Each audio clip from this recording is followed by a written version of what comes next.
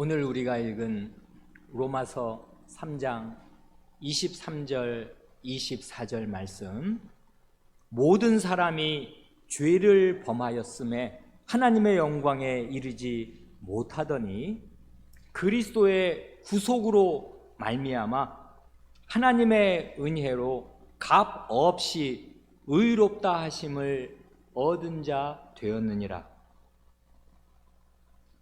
하시는 이 말씀은 죄인인 우리, 곧 죄를 지어서 하나님의 영광에 이를 수 없게 된 우리에게 그리스도께서 베풀어 주시는 것은 무엇이며 또 하나님께서 베풀어 주시는 것은 무엇인가를 아울러서 알려줍니다.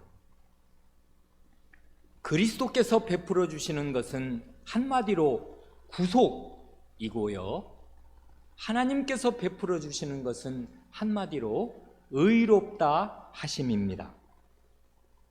이 의롭다 하심, 우리말로는 글자 수로는 5글자인데 아주 간략하게 2글자 한자어로 줄이면 의롭다 하심을 칭의라 할 수 있습니다. 그 칭할 칭자에 그 오를 의자를 써서 의롭다고 칭한다, 의롭다고 말한다, 의롭다고 선언한다, 이 뜻이잖아요. 결국 그리스도와 하나님께서 칭의와 구속을 우리 죄인들에게 베푸십니다. 하나님께서는 그리스도의 구속으로 말미암아서, 즉 그리스도의 구속이라는 이 확실한 근거 위에서 죄인인 우리를 의롭다고 선언하시는 큰 은혜를 베푸십니다. 그 24절에 값이라는 말이 이중으로 쓰인 사실을 지난주에 말씀드렸습니다. 그리스도께서는 헤아릴 수 없이 큰 값을 치르시고 죄인을 건져내셨고, 그걸 그리스도의 구속이라고 하잖아요. 하나님께서는 그리스도의 손에서 죄값을 이미 받으셨기에 죄인을 값없이 의롭다 하십니다.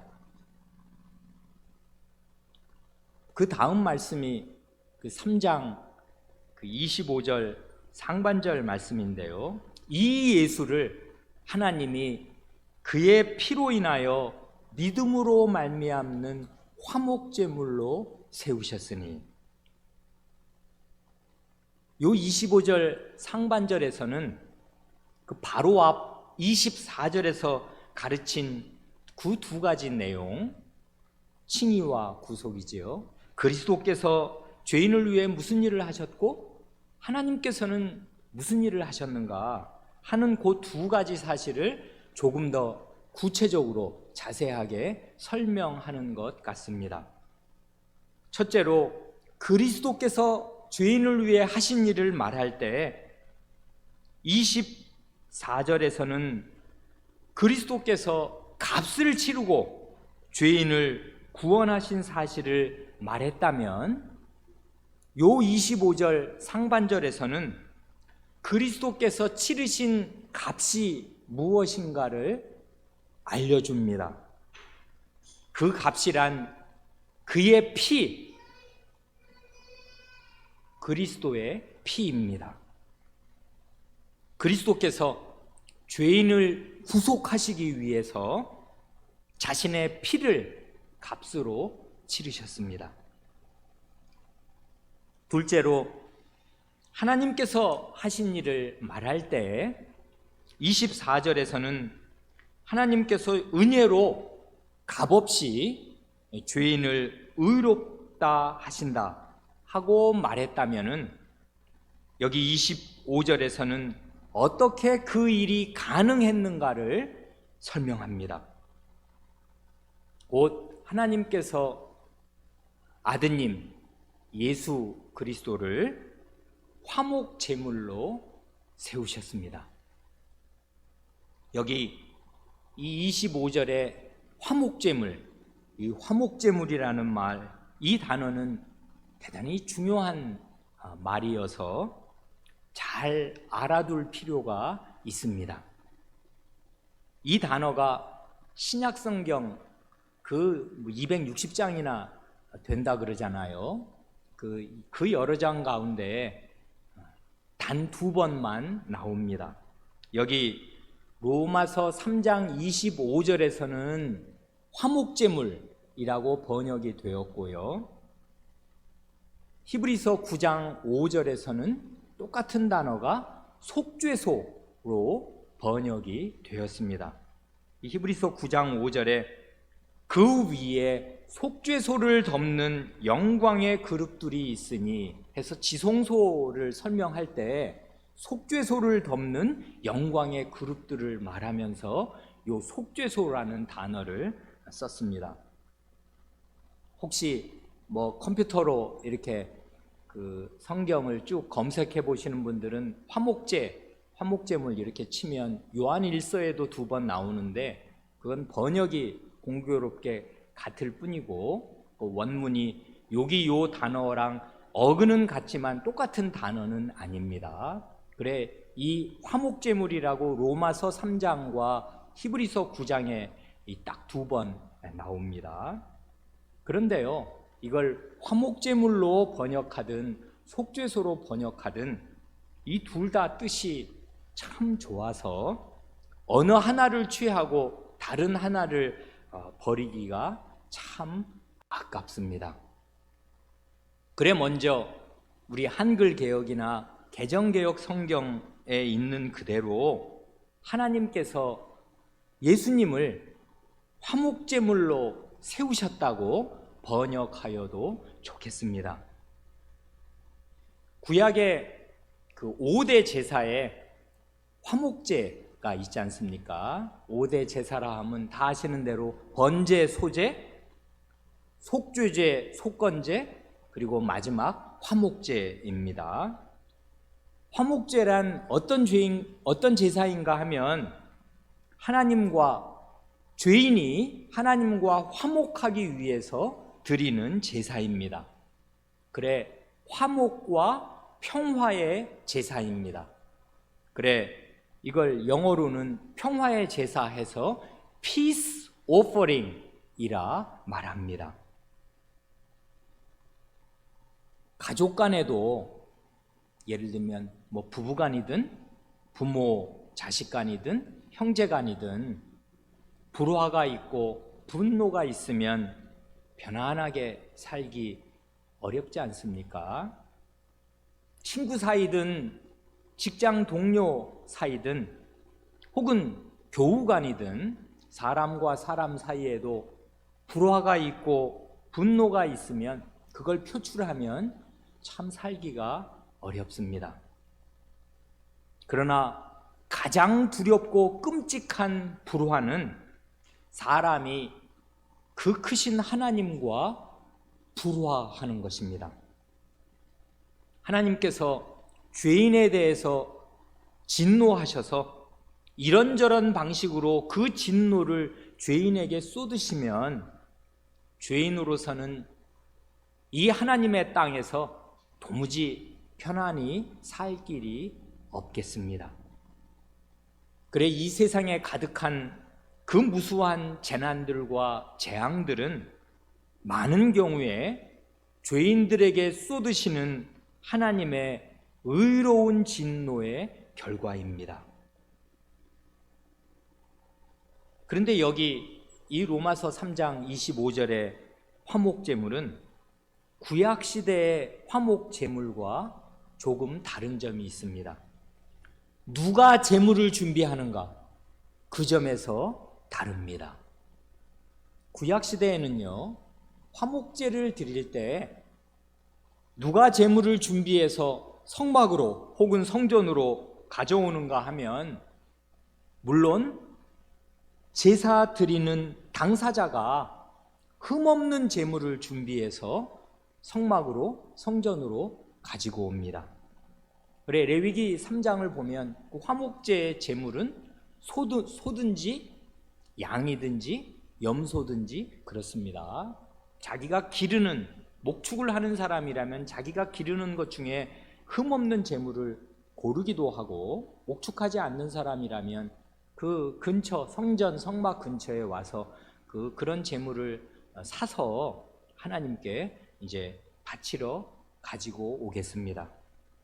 그렇지만 이 모든 날 마지막에는 누가 화목제물을 준비하는가 하면, 원래는 준비할 필요가 없는 측에서 말하자면 하나님께서 친히 화목제물을 준비하십니다. 하나님께서 친히 준비하신 제물이니 이게 얼마나 온전한 제물이겠습니까? 이 제물은 짐승이 아니라 사람입니다. 온전한 사람, 흠없는 사람입니다. 그래, 하나님께서 자신의 흠없는 아드님 예수님을 화목 제물로 세우시면 어떻게 되는 것입니까? 죄인의 죄에 대한 의로운 진노, 그걸 줄여 말하면 의분이고 공분이겠는데, 그 의분과 공분을 하나님께서 화목 제물이 된 아드님에게 다 쏟으시고, 그 결과로 하나님께서 죄인과 화목하게 되십니다. 이처럼 하나님께서 예수님을 화목 제물로 세우셔서 죄인과 화목할 길, 화해할 길을 친히 내신 것입니다.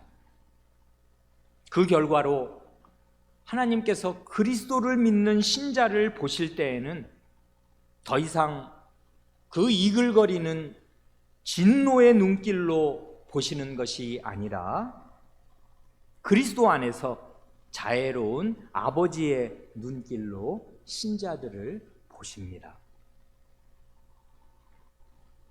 둘째로, 이 단어를 화목제물 말고 속죄소로 읽고 번역해도 참 좋습니다. 하나님께서 예수님을 속죄소로 세우셨다 하고 말해도 좋습니다. 속죄소란, 성도 여러분 잘 아시는 대로 성막이나 그 성전은 성소와 지성소로 이루어져 있지 않습니까? 그래, 이 성소를 거쳐서 이제 지성소로 들어가게 되는데요. 그 지성소와 성소를 구분하는 휘장이 있고, 그 휘장 안으로 들어가면 지성소에 있는 것은 사실상 아무것도 없고, 언약궤, 그 언약의 말씀 십계명의 두 돌판을 담은 그 언약궤, 그게 궤짝이니까 일종의 긴 네모 상자인데요. 그 언약궤가 있고, 언약궤를 덮은 덮개, 뚜껑이 있지 않습니까? 그걸 다 금으로 이제 싸는데, 그 언약궤를 덮은 그 뚜껑, 덮개, 그 위에 아까 히브리서 9장 5절에서 말한 영광의 그룹, 하나님을 모시고 있는 그 그룹, 케루빔이라는 그 천사의 형상 두 개를 세워서 그 천사가 서로 양 날개를 서로 이렇게 마주대해서 양 날개 끝이 서로 마주대할 만큼 이렇게 그 언약궤 뚜껑 위에 두 그룹을 이렇게 만들어서 세워 놓았으니까 그 언약궤 뚜껑과 그 그룹의 날개 그 사이 공간이 있는데, 그 공간을 가리켜서 속죄소라 하는 것 다 알고 계시겠습니다.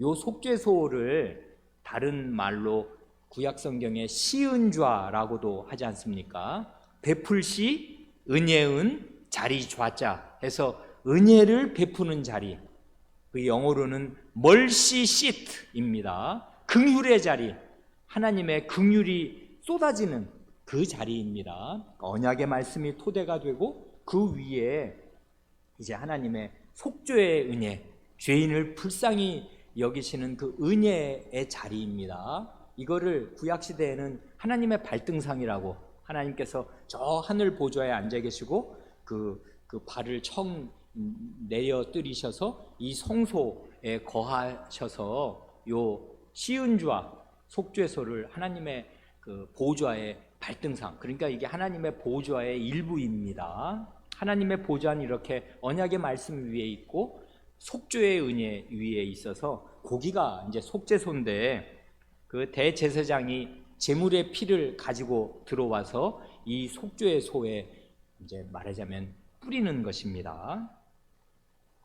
그래 과거 구약 시대에는 하나님께서 자기 백성 이스라엘의 죄를 씻어 주시기 위해서 이 지성소 안에 속죄소를 세우셨는데, 이 역사의 마지막 시기에는 다름 아닌 아드님 예수 그리스도를 속죄소로 세우셨다 그 말입니다. 그런데 구약 시대와 비교하면 크게 달라진 점들이 있습니다. 여러 가지 생각할 수 있지만 두 가지만 말씀드리겠습니다. 구약 시대에는 대제사장이 짐승의 피, 소와 염소의 피였는데요, 짐승의 피를 가지고 이 지성소에 들어와서 이 속죄소에 뿌렸습니다.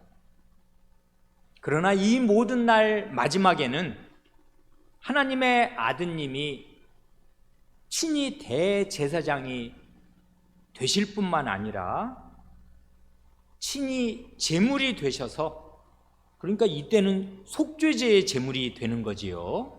화목제물이라고 번역할 수도 있는데 속죄소로 세우셨다 하면 속죄의 제물이 되셔서 자신이 대제사장도 되시고 자신이 속죄의 제물도 되셔서 자신의 피를 이 속죄소에 뿌리십니다.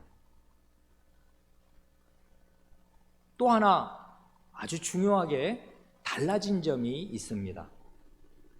구약 시대의 속죄소는 오직 대제사장 단 한 사람이, 그것도 1년에 단 하루 7월 10일 속죄일, 흔히 대속죄일이라고 부르는 그날 하루만 지성소에 떨리는 마음으로 들어가서야 그 속죄소를 보려면 볼 수 있었습니다. 그러니까 이건 어떤 사람도 볼 수 없었고요, 1년 365일 중에 364일은 닫혀 있었고요, 그날 하루, 그것도 세상 사람 가운데 단 한 사람 대제사장만이 조심스럽게 피를 가지고 들어가서야 마주 대할 수 있는 곳이 속죄소였습니다. 그러나 이 모든 날 마지막에는 예루살렘 성 밖 골고다 언덕에 유대인들과 이방인들이 많이 모여 있는 공개된 장소에서 하나님이 그 장소에 속죄소를 세우셨습니다. 어떻게 된 것입니까? 그러면 이 속죄소는 말하자면 만인에게, 유대인과 헬라인, 유대인과 이방인 모두에게 공개된 속죄소입니다. 이런 일은 구약시대에는 상상할 수 없었던 것입니다. 말하자면 지성소의 휘장이 확 열려서 전 세계 사람에게 다 공개된 것이나 마찬가지입니다. 그래 정말 지성소의 휘장이 둘로 갈라졌습니다. 그래 여기 그러고 보면 이 3장 25절을 다시 읽게 되는데요, 25절에 화목제물로 세우셨으니 할 때 그 세우셨다는 그 단어, 그 말이 참 뜻이 있습니다. 이 말은 공시하셨다 그 말입니다. 공개적으로 증시하셨다, 보여주셨다 이 말입니다. 하나님께서 이 모든 날 마지막, 역사의 마지막에는 하나님께서 친히 세우신 속죄소를 온 세상 사람들 앞에 다 보라고 공개하셨습니다. 이제 우리가 지난주 또 이번 주 지금까지 해서 이 중요한 성경에서 그 여러 사람이 꼽기를 가장 중요한 부분이라고 하는 이 로마서 3장 그 21절로 26절 이 대목이 아주 중요한데 24절, 25절 상반절을 우리가 읽고 있습니다. 24, 5절에 선포된 구원의 도리를 세 마디 핵심어로 요약할 수 있습니다. 마음에 떠오르시는가요? 의롭다 하심, 칭의, 그리고 구속, 그리고 화목입니다. 바울 사도는 이 세 마디의 중심 단어를 통해서 하나님께서는 어디에서 무슨 일을 하셨는가를 잘 보여주고요. 하나님께서 그때 거기에서 그렇게 일하실 때 그때 우리 죄인은 어떤 상태에 있었는가도 잘 보여줍니다. 요즘엔 영화 이야기가 아주 인구에 회자되는 때였으니까요. 이걸 영화로 비유한다면 이 바울이라는 거장은 아주 중요한 세 장소에서 다큐멘터리를 촬영해서 하나님과 우리의 모습을 차례로 보여준다, 이렇게 말할 수도 있겠습니다. 첫째, 그 촬영 장소는 법정입니다. 최후의 심판이 이루어지는 재판정에서 재판장이 이 피고는 무죄일 뿐만 아니라 의인이라고 선언합니다. 재판장이신 하나님의 입에서 이 사람은 의롭다, 의인이다 하시는 최종 판결이 내려집니다. 그때 우리는 어떤 상태에 그 자리에 있었습니까? 원래는 그 재판정에서 만인이 피고의 자리에 선 죄인이었다가 그 중에 이 그리스도를 믿는 사람들이 갑자기 의롭다 하시는 재판장의 선언을 듣게 됩니다. 둘째 장면은요, 그리스도께서 자신의 피를 값으로 치르고 사람들을 건져내는 장면입니다. 우리 가운데 있는 어린 사람들, 이 장소가, 이 촬영 장소가 어딘가 물으면 혹시 대답할 수 있겠습니까? 어디 잡혀있던 사람을 값을 치르고 건져내는 장소 어디겠습니까? 바울 사도가 이 로마서를 썼던 요 신약 시대에 이런 장소는 어디인가 하면 노예시장입니다. 그리스도께서 자신의 피를, 자신의 목숨을 값으로 치르고서 어떤 사람들을 사내오십니다.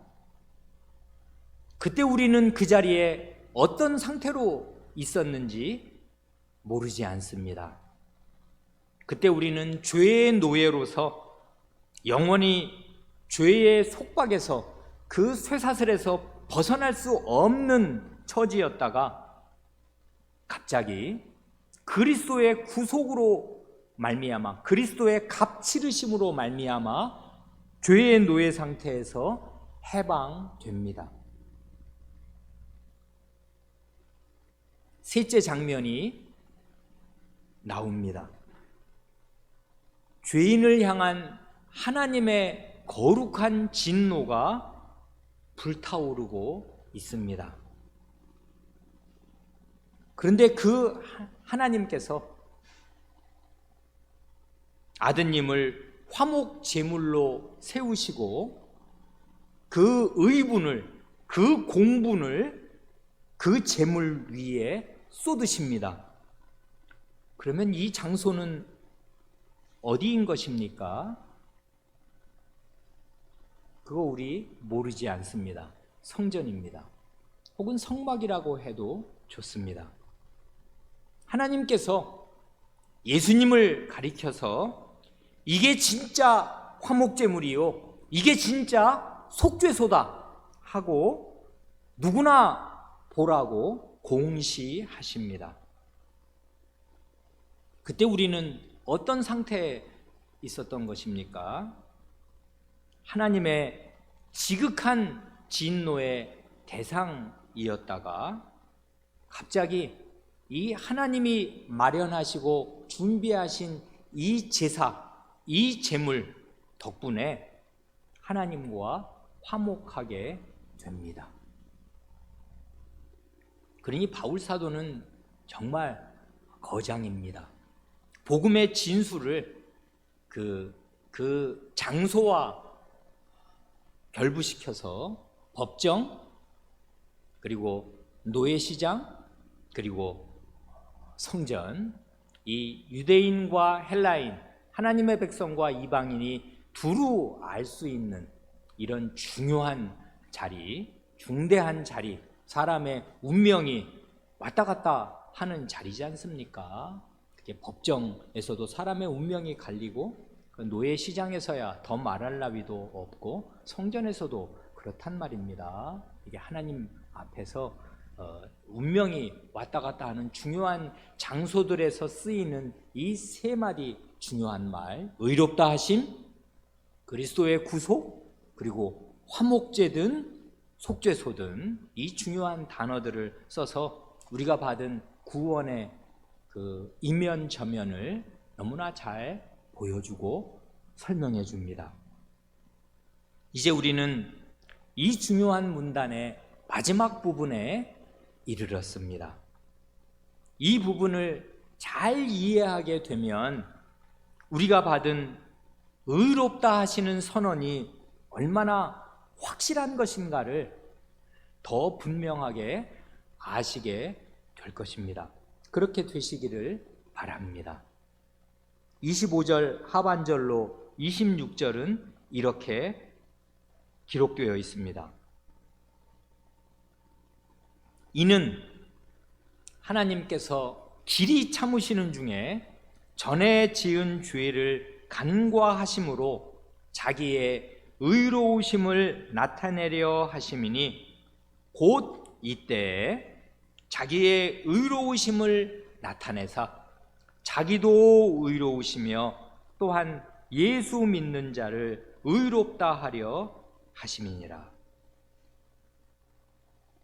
여기 맨 앞에 나오는 이는 이라는 말은 다 아시는 대로 이유나 목적을 나타내는 말이지 않습니까? 하나님께서 그 예수님을 화목제물로 혹은 속죄소로 공시하신 그 이유, 그 목적이 무엇인가 하면 그 목적은 한마디로 하나님의 의로우심을 나타내려 하심이다, 그것입니다.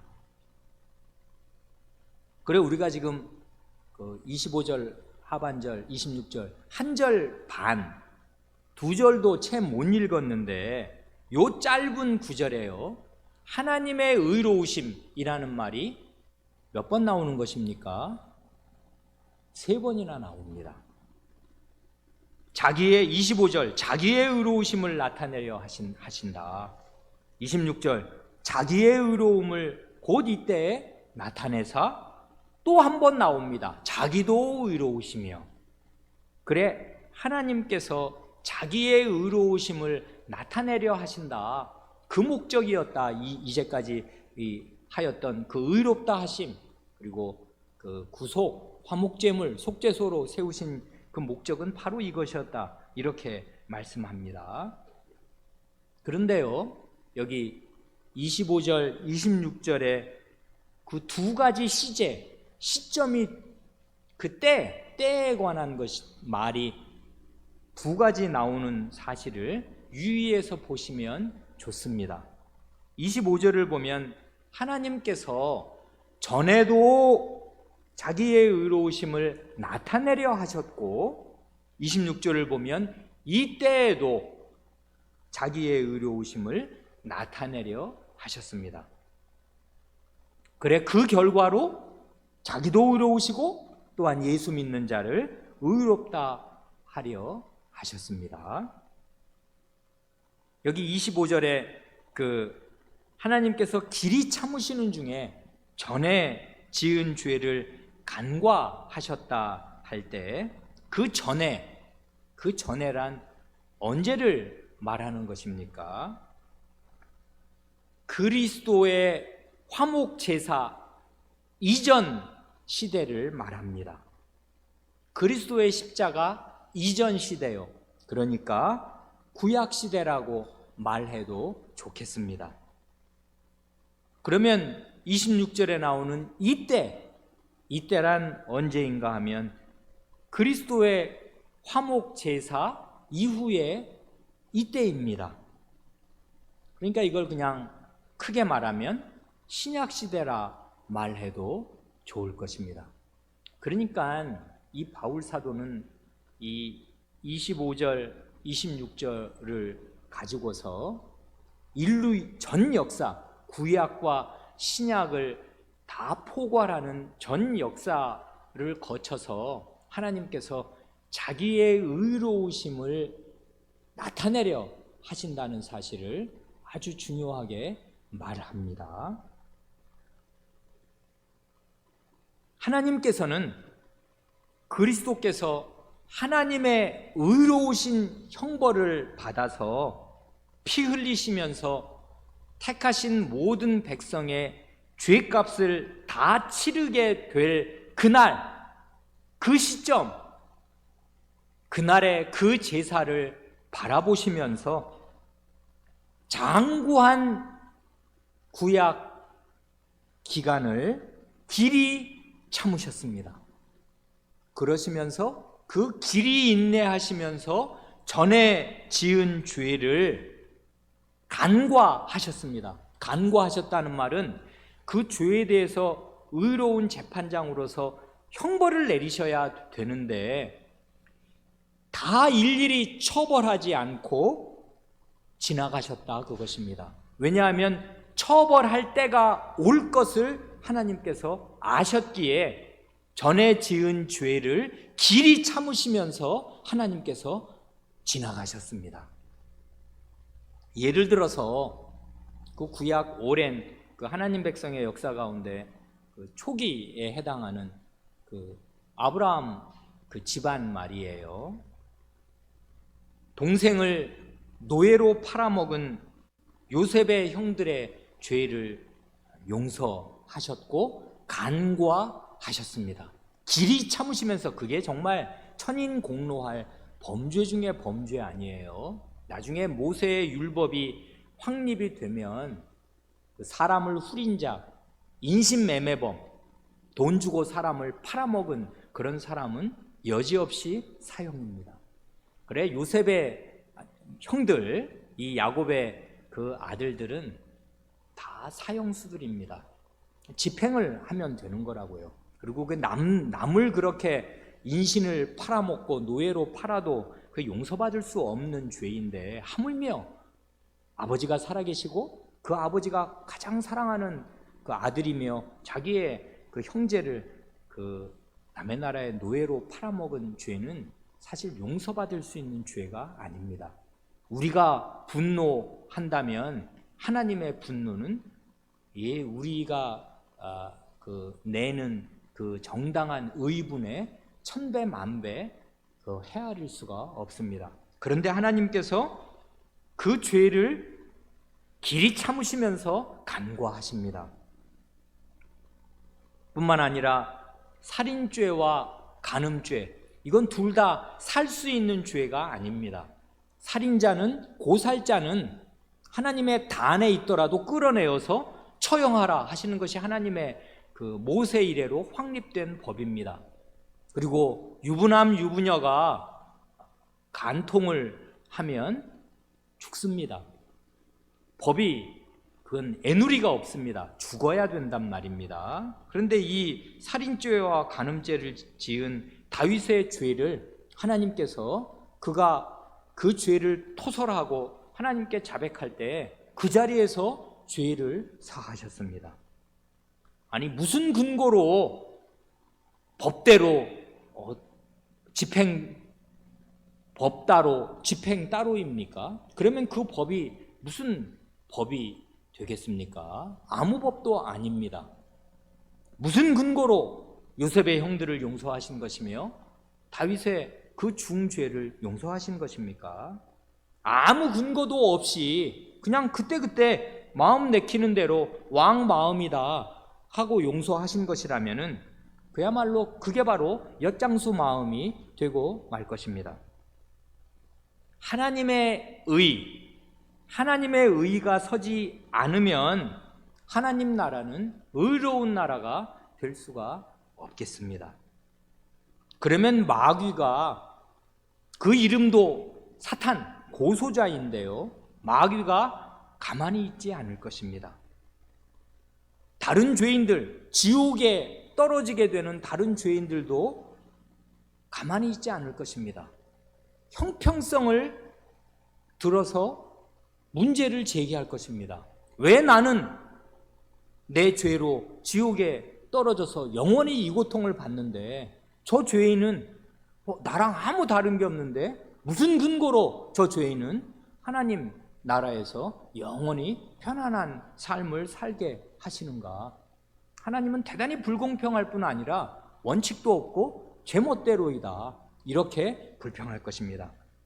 그런 불평이며 고소가 하나도 없더라도 하나님 자신, 의로우시고 지극히 거룩하신 하나님 자신이 견딜 수 없을 것입니다. 그래, 이 하나님의 공의로운 법정, 하나님의 최후 심판대에서 죄인을 의롭다고 선언하실 그때 가장 문제가 되는 것이 바로 이것입니다.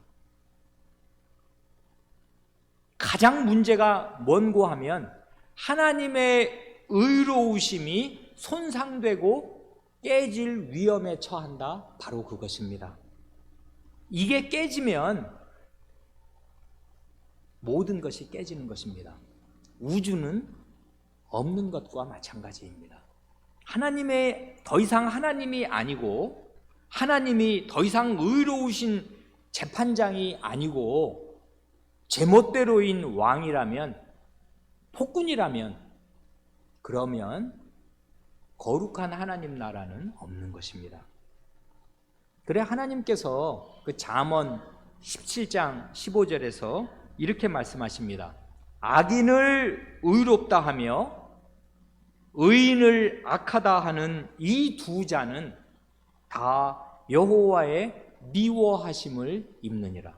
하나님께서 미워하시는 것이 있는데 악인을 가리켜서 이 의인이다, 의롭다, 그리고 의인을 가리켜서 이게 악하다 하는 이런 상반되지만 제멋대로 이렇게 의를 굽히는 이런 두 자는 하나님이 미워하신다 하십니다. 그런데 희한하게요, 하나님이 자신이 미워하시는 이 일을 본인 자신이 행하신다, 이것입니다. 죄인을 의롭다고 하신단 말입니다. 이러면 하나님의 의의가 손상되고 깨진단 말이에요.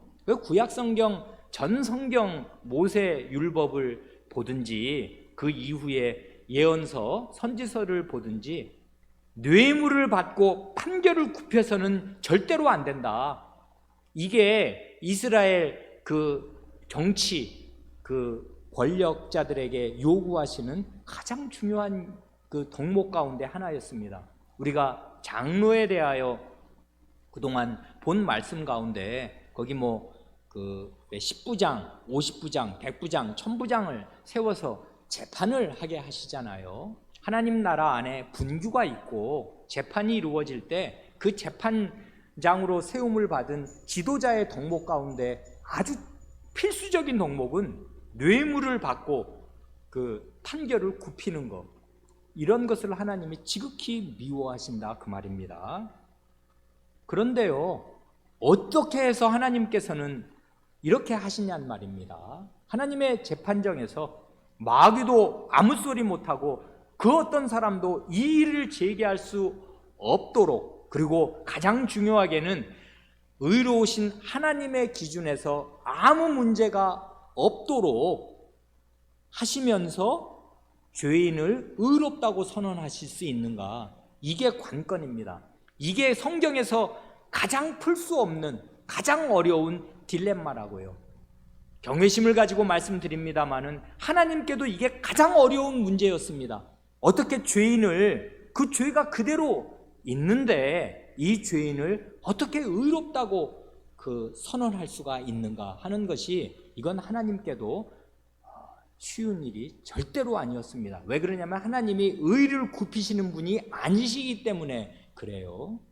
그래, 하나님의 의가 손상되지 않으면서 죄인을 의롭다고 하실 수 있는 이 길을 찾는 것이, 이건 사람에게는 불가능한 일이었는데 예수 그리스도께서 얼마나 완전한 화목제물이 되시고 얼마나 완전한 속죄소가 되셨는지, 그 의로우신 하나님께서 구약시대에 하나님의 백성이 저지른 그 모든 죄를 즉각 영원한 형벌로 다스리시지 않고 길이 참으시면서 간과하실 수가 있었고, 그러면서도 하나님의 의가 전혀 손상되지 않을 수 있었습니다. 왜냐하면 하나님은 이미 그 날을 정하셨기에 그렇습니다. 이건 하나님이 정하셨고 이게 역사 경영의 가장 중요한 경영이었기에 이건 실패할 수가 없었는데, 하나님께서 길이 참으시면서 간과하신 그 모든 죄는 정당한 대가를 치르게 될 것입니다. 정당한 형벌이 집행될 것입니다. 그러니 하나님의 의는 손상되지 않습니다. 다만 시간이 걸릴 뿐이라고요. 우리들에게는 그게 긴 시간이고 그게 뭐 1000년, 2000년이지만 하나님께는 1000년이 하루 같습니다. 하나님께는 그게 영원한 관점에서 보면 정해진 날이 반드시 오는 것이고, 하나님이 그 날을 보셨습니다. 자기 아드님 위에 형벌을 쏟으셔서 그 아들을 화목제물로 세우시고 속죄소로 공시하셔서 하나님께서 의를 전혀 굽히지 않으면서 정당하게 죄인의 모든 죄를 해결하실, 죄값을 치르게 하실, 홀이라도 남김이 없이 그 모든 죄값을 다 공의의 손으로 받아내실 그 날을 하나님이 바라보셨습니다. 그 날을 정하셨기에 구약의 모든 죄를 하나님께서 길이 참으시면서 간과하고 넘어가고 지나치실 수가 있었습니다. 그러니 성도 여러분, 요 25절, 26절 말씀이 우리의 이 상처받기 쉬운 우리의 이 연약한 양심이 구원의 확신을 얻는 데에서도 대단히 중요한 말씀이 됩니다. 여러분, 여러분의 그 많은 죄가 완전히 씻겨졌다는 것, 내가 완전히 사죄받았다는 것, 완전히 용서받았다는 것, 이 사실 믿기 쉬우십니까? 어렵습니다. 양심적인 사람일수록이요, 믿고 싶은데 이게 잘 믿어지지 않습니다. 죄를 맨날 짓고 있고 또 하나님의 말씀을 알면 알수록 내 마음에 죄가 이다지도 많은데 이게 어떻게 해결이 되지? 이게 좀 뻔뻔한 거 아닌가? 그냥 용서받았다고 그냥 말하면 그게 용서가 되는 것인가? 어렵단 말입니다. 그래, 사실은 양심적인 사람일수록 자기 마음 아주 근원적인 데에서는 사죄의 확신을 갖기가 어렵습니다. 그래, 양심이 늘 오락가락 한다고요. 죄책감과 사죄의 기쁨 사이를 시계추처럼, 옛날 시계, 왜 마루에 걸어놓은 시계 왔다 갔다 시계추가 이렇게 늘 하지 않습니까? 오른쪽에서 왼쪽으로, 왼쪽에서 오른쪽으로 시계추가 왔다 갔다 하듯이 우리의 마음이 이렇게 죄의 책감과 사죄를 구하는, 사죄의 평안을 얻기를 원하는 데서 왔다 갔다 하면서 불안한 것입니다. 이때 기억할 말씀이 바로 이 로마서 3장 25절 하반절 26절 말씀이겠습니다. 이건요, 하나님께서 자기의 의로우심을 구약시대든 신약시대든 3번이나 확언하실 만큼 확실한 방법입니다. 하나님께서 죄인을 의롭다고 하시면서도 하나님의 그 절대적이고 절대로 침해될 수 없는 가장 높은 수준의 하나님의 의의가 손상되지 않으십니다. 그럴 만큼 그리스도의 속죄는 완전합니다. 그 값은 너무나 충분합니다. 여러분의 죄는 하늘보다 높습니다. 저의 죄는 바다보다 깊습니다. 지옥불은 영원한 것이 우리 죄의 깊이가 무한히 깊기에 지옥불은 영원히 꺼지지 않습니다. 그래도 다 값을 못 치르니까, 아니 더 이상 값을 다 치렀으면 내보내줘야 될 거 아닙니까? 그래야 하나님이 공평하실 텐데, 지옥이 영원한 것은 죄값이 영원하기 때문에 그래요. 그거 안 없어져요. 죄값이라는 게. 그 하나님의 법을 모르니까, 법의 깊이를 모르니까, 자기 죄의 중함과 깊이를 모르니까 그렇지, 우리 죄는 말할 수 없이 깊습니다. 그러나 우리의 죄가 더 깊겠습니까? 그리스도의 화목제의 효력이 더 깊겠습니까? 여러분의 죄가 더 크겠습니까? 그리스도의 속죄소가 더 크겠습니까? 그리스도가요, 그리스도께서 치르신 그 값이 우리의 죄값보다 더 큽니다. 그래, 여러분의 죄가 그 무엇이든 간에 이런 그리스도를 내가 원해서 구해서 받은 것도 아니요, 하나님께서 화목제물로 세우시고 하나님께서 이 그리스도를 속죄소로 세우셨다.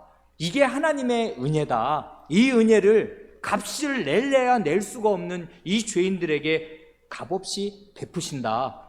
이게 죄인인 너희들의 유일한 살 길 아니냐, 이걸 믿어라 하실 때 그 사실, 하나님의 신실하심, 하나님의 은혜를 믿고서 그 믿음으로 나오는 사람들에게 하나님께서 자신의 의의를 전혀 훼손하거나 삭감시키지 않으시면서 여러분과 저를 의롭다 하실 수 있습니다. 이건 최종 판결입니다. 번복되지 않습니다. 마지막이기 때문에 그래요. 하나님의 영원한 법정에서 이렇게 죄인을 의롭다 하실 수가 있고, 그런 사실을 만천하에 공개하셨습니다. 이 사실이 우리에게, 이 사실을 곰곰이 묵상할 때 우리의 죄가 깊고 깊은 것을 우리가 부인할 수가 없고, 하나님의 말씀을 배우면 배울수록, 그리고 우리의 선조들의 신앙 고백을 따라 십계명이 요구하는 그 언약의 말씀이 어디까지 미치는가, 뭘 요구하는가를 알게 될 때마다 우리의 죄의식은 점점 깊어질 수밖에 없습니다. 그러므로 우리의 죄책감도 점점 더 깊어질 수밖에 없습니다. 그게 그리스도인의 성장이기도 합니다. 그러나 동시에 우리는 이 복음의 말씀을 굳게 믿고 의지합니다. 우리의 모든 죄가 그리스도께서 사하시기에 모자르는가? 우리의 죄가 너무나 커서 그리스도의 화목제물, 하나님이 친히 세우신 이 화목제물이 우리의 죄값을 해결하기에 미진한가? 그 사람은 자기가 하나님보다 더 크다고 생각하는 사람일 것입니다. 그럴 수가 없습니다. 하나님께서 세우신 이 화목제물, 하나님께서 세우신 이 속죄소는 완전합니다. 하나님께서 이 날을 보시고서 그 구약시대의 그 많은 그 날들을 견디신 것입니다.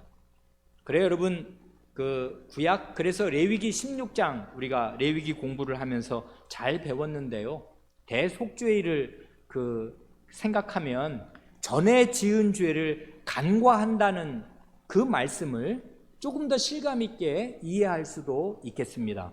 그 7월 10일 대속죄일이 되면 대제사장이 자신의 죄를 위해서 그 황소, 소를 잡고 온 백성의 죄를 위해서 염소를 잡아서 이렇게 피를 가지고 거기 그 속죄소에 지성소 안으로 들어가지 않습니까? 그건 그 사람이 고안한 방식이 아니란 말입니다. 하나님께서 이렇게 하라고 규례들을 정해 주셨는데, 그렇게 하나님께서 정하신 방식대로 정당하게 속죄의 피를 속죄소에 시운조에 뿌리면 어떻게 되냐면 1년 동안 백성의 죄로 인해서 더럽혀진 이 성소와 지성소, 성막 전체가 거룩하게 되고, 그 백성 전체, 그 백성이 그 그릇 행해서 그 부지 중에 하나님의 그 중대한 계명을 어겼던 그 모든 죄가 그날 사해지는 것입니다. 그러니까 하나님께서 속죄일의 규례를 정해 주시면서 그 1년에 한 번씩 이렇게 대속죄일에 피가 뿌려질 때를 바라보시고 그 전 364일의 죄를 하나님이 참으시는 것이에요. 참고 넘어가시는 것입니다. 왜 그러냐면 속죄일 때마다 속죄일에 그 피가 뿌려질 것을 하나님이 보시고서 전에 지은 죄를 간과하신단 말입니다. 이런 걸 구약시대에 보여주셨는데 다 아시는 대로 이것은 하나의 모형입니다. 그 소를 매년 잡은들, 염소를 매년 잡은들, 그 염소와 소가 우리 그보다 훨씬 더 그 가치 있고 귀한 사람의 죄를 그 씻어줄 수는 없는 것입니다. 그러니 하나님께서는 이런 제도를 통해서 그 장차 사람의 죄를 완전하게 씻을 영원한 속죄소, 영원한 화목제물, 자기 아드님을 내려보내실 그날을 하나님께서 바라보시고 전에 지은 죄를 이런 식으로 간과하신다는 것을 구약시대 우리 성도들, 그 죄인들도 넉넉히 믿을 수 있도록 실물로 하나님이 증거하셨습니다. 그렇게 실물로 구약 내내 교육하신 끝에 이 역사의 마지막에 아드님을 실물로 속죄소로 화목제물로 세우셔서 우리의 모든 지은 죄를 해결하셨습니다. 이게 하나님의 의로우신 방법입니다. 이걸 믿는 사람은 그 믿음대로 될 것입니다. 하나님께서 그의 모든 죄를 간과하시고 넘어가실 것입니다.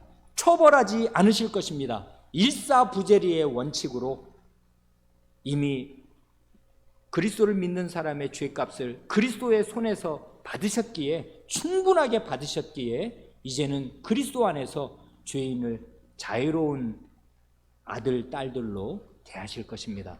그래 화목제물입니다. 이제 하나님과 우리 사이에, 믿는 사람 사이에 화목과 평화가 있습니다. 기도드리겠습니다.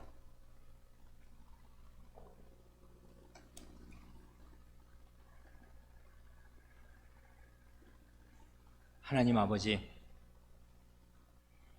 죄인인 저희는 하나님의 법정에서 유구무원이오며 노예 시장에서 자기가 죄인인 사실을 언제든지 느끼고 그 죄의 속박에서 벗어날 수가 없사오며, 특별히 죽음을 가까이 맞게 되든지 중병에 들리든지 덜컥 어려움에 떨어지게 되었을 때 하나님의 그 엄유하신 눈길을 느끼고서 말할 수 없는 두려움에 사로잡힐 수밖에 없사옵니다.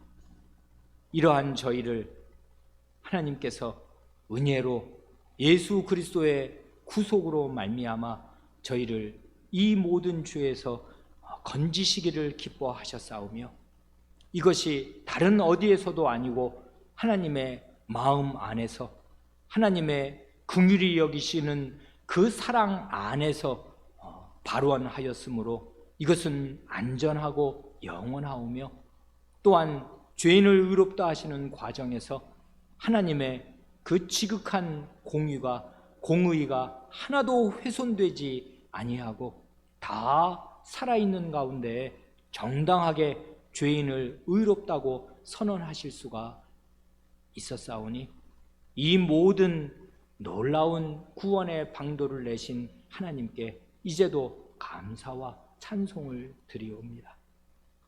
저희 죄인으로서는 도무지 생각할 수도 바랄 수도 없는 구원의 방식이오며, 저희는 아무것도 치를 값이 없고 오직 치르게 된다면 영원히 치를 수 없는 지옥불에서 고통당하는 것으로 그 죄값을 조금씩 치를 수밖에 없겠사온데, 하나님께서 저희가 치러야 할 값을 하나님 자신의 빚으로 떠안으시고 그 아드님에게 그 값을 추궁하시고 물으시고 받으셔서 하나님의 의가 다 충족되셨사오니, 이런 하나님, 이런 하나님의 아드님을 저희가 안 믿을 수가 없사오며, 이것이 유일한 구원의 길이므로 오직 하나님께서 내신 이 유일한 구원의 길을 빈손으로 붙잡사옵니다.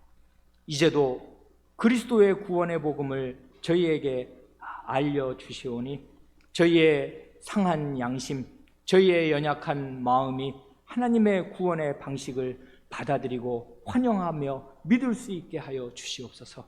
특별히 저희의 어린 자녀들도 다 모태로부터 죄 가운데 나서 죄를 짓고 사는 죄인들이오니, 저희의 어린 자녀들도 이 하나님의 구원의 도리를 밝히 깨달을 수 있도록 성신님께서 은혜를 베푸시옵소서. 그리하여 저희의 마음에 근원적인 용서받은 기쁨이 있게 하시고 양심의 평안을 누려 기쁜 마음으로 하나님께 나올 수 있게 하시며, 저희가 죄인임을 부인할 수 없는 죄책감이 저희 마음에 죽는 날까지 따라 붙겠사오나 그 죄책감을 능히 덮고도 남음이 있는 사죄의 확신이 또한 성신으로 말미암아 저희 마음 가운데 부어지게 하시고, 그리하여 죄책감과 그 죄책감을 압도하는 사죄의 기쁨 가운데 오직 하나님을 우러러 찬송하게 하시옵소서.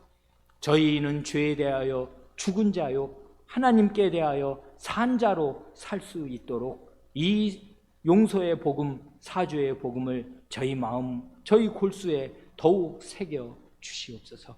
우리 구주 예수님의 이름으로 기도하옵니다. 아멘.